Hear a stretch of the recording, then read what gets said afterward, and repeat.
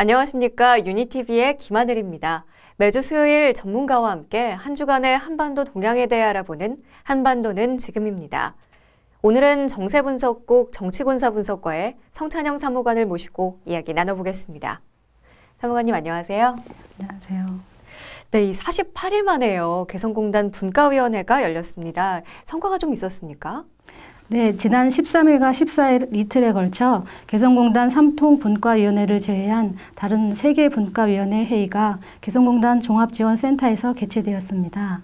투자보호관리운용분과위에서는 투자보호에 관한 상사 분쟁 시 처리 방안 등에 대해 논의하였고, 국제경쟁력 분과위에서는 외국기업 투자 유치 방안에 대해, 출입체류분과위원회에서는 개성공단에 근무하는 우리 측 인원이 사건 사고에 연루됐을 시 우리 측 변호인의 도움을 받는 문제 등에 대해 협의하였으나 양측 입장차를 좁히지는 못하였습니다.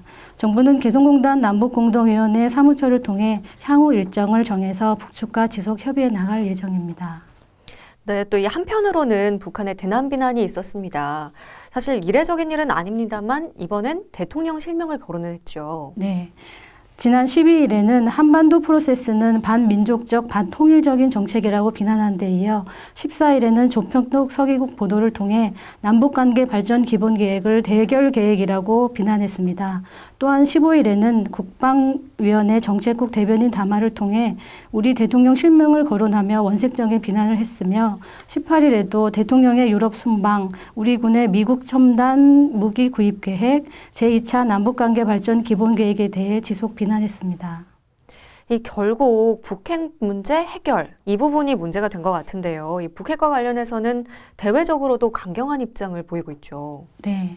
미국 국무부 대변인의 육자회담 관련 북한의 비핵화 사전 조치가 필요하다는 발언에 대해 북한의 반응이 있었는데요. 지난 11일에는 조선중앙통신과 노동신문을 통해 행동 대 행동은 핵 문제 해결의 기본 원칙이라며 육자회담 재개를 위해 일방적으로 먼저 움직이는 일은 없을 것이다 라고 주장했습니다. 또한 지난 14일에는 외무성 대변인 중통기자 문답을 통해 북한의 조종사가 시리아 내전에 참전했다는 우리 언론의 보도에 대해 북의 평화적 영상을 깎아내리고 시리아 사태의 평화적 해결을 가로막는 적대 세력들의 죄행을 가리려는 모략 책동의 일환이라고 주장했습니다. 한 주간 북한의 대내 동향을 알아보는 순서입니다. 조선인민군 제4차 적공일군 열성자회의에서 김정은이 참가자들과 기념 촬영을 했다. 이 보도가 좀 눈에 띄었어요. 어떤 소식인지 전해주실까요? 네, 북한이 지난 11일 조선중앙통신 등을 통해 김정은이 조선인민군 제4차 적공일군 열성자회의 참가자들과 기념 촬영을 했다고 보도했습니다. 적공일군은 우리 군에 대한 공작 업무, 대남 심리전을 담당하는 장병들로 알려져 있는데요. 제4차라고 보도하였지만 적공일군 열성자회의가 북한 매체를 통해 알려진 건 이번이 처음입니다. 이번 조선인민군 제4차 적공일군 열성자회의에는 최룡해, 리영길, 장정남, 변인선, 김수길, 염철성 등이 함께 참가했습니다. 우리 언론은 북한이 대남 심리전을 강화하겠다는 뜻을 드러낸 것으로 해석하기도 했습니다. 네, 또 저희가 지난주에 구체적인 날짜는 공개되지 않았지만 전국 과학자 기술자 대회가 개최될 것이다 이렇게 말씀을 전해드렸는데요. 대회가 열렸나요? 네, 지난 13일 평양식 모란봉 구역에 위치한 사요 문화회관에서 전국 과학자 기술자 대회가 개최되었습니다. 이번 대회에서는 김정은의 저작, 과학기술 발전에서 전환을 일으켜 강성국가 건설을 힘있게 다그치자를 조선노동당 중앙위원회 정치국 위원이며 당 중앙위원회 비서인 채트북이 전달했다고 소개하기도 했습니다. 다음 날 14일에는 김정은이 전국 과학자 기술자 대회 참가자들과 기념 촬영을 했다고 보도하기도 했습니다.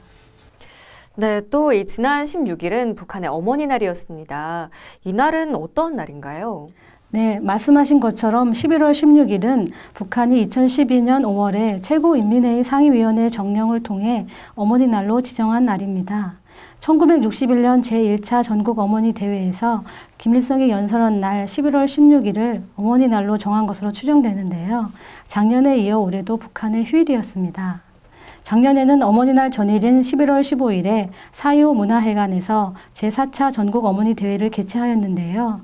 어머니날 지정 후 첫 번째였습니다. 전국 어머니 대회에서는 후대 육성, 체제 결속 등을 강조하고 있습니다. 올해는 전국 어머니 대회를 개최했다는 보도는 없었으며 어머니날 기념 축하 연화장을 발행하고 전국 어머니들이 김일성 부자와 김정숙의 동상을 방문했다고 보도했습니다. 네, 이 어머니날이었던 16일 김정은의 식료공장 방문이 있었잖아요. 김정은의 한 주간 동향도 함께 전해주실까요? 네, 지난주에는 특이하게 군 식료품 생산 공장을 연이어 방문하여 현지 지도하였습니다. 12일에는 인민군 11월 2일 공장, 16일에는 인민군 제354호 식료공장을 방문했다고 보도하였는데요. 두 공장 모두 과자, 사탕, 빵 등 식료품을 생산하여 인민군에 공급해 주는 곳으로 소개되었습니다.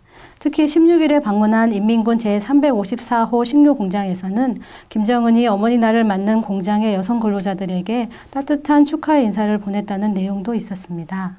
또한 16일 보도에 따르면 김정은이 새로 조성되는 만경봉 체육단 축구 훈련장을 시찰했다고 하는데요. 인공잔디 대량 생산 기지 건설을 지시했다고 합니다. 네, 그렇군요. 또 이 북한 대내 동향 가운데요. 이 개성고도 과학기술개발구 착공식에 또 눈길이 모였습니다. 이건 또 어떤 소식인가요? 네, 지난 14일에 조선중앙통신에서 11일에 평화경제개발그룹을 사업개발자로 개성고도과학기술개발구 착공식이 개성에서 진행되었다고 보도했습니다. 평화경제개발그룹은 중국, 홍콩, 싱가포르, 아프리카 등 기업들의 경제협력체이고 착공식에는 장수남 평화경제개발그룹 대표, 관객 부분 일꾼들, 건설자들, 개발구 종업원들과 외국의 관계 인사들, 손님들이 참가하였다고 소개하였습니다. 네, 마지막으로 북한을 중심으로 한 주간을 전망해보는 순서입니다. 이번 주 이 북한의 대내, 대남, 대외 태도 어떨 것으로 전망하시나요?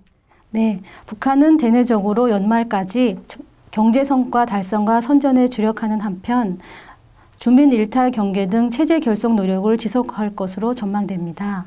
대남면에서는 우리 주요 인사의 북한 남북관계, 육자회담, 국내 정치 상황 관련 발언에 대해 비난을 지속할 것이며 그 강도를 높여갈 것으로 예상됩니다.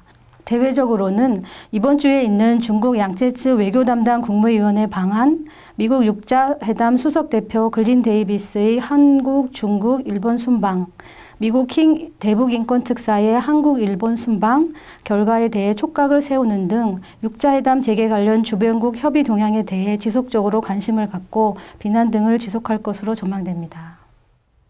지금까지 정치군사분석과의 성찬영 사무관을 모시고 한 주간의 한반도 동향 알아봤습니다. 오늘 말씀 잘 들었습니다. 고맙습니다.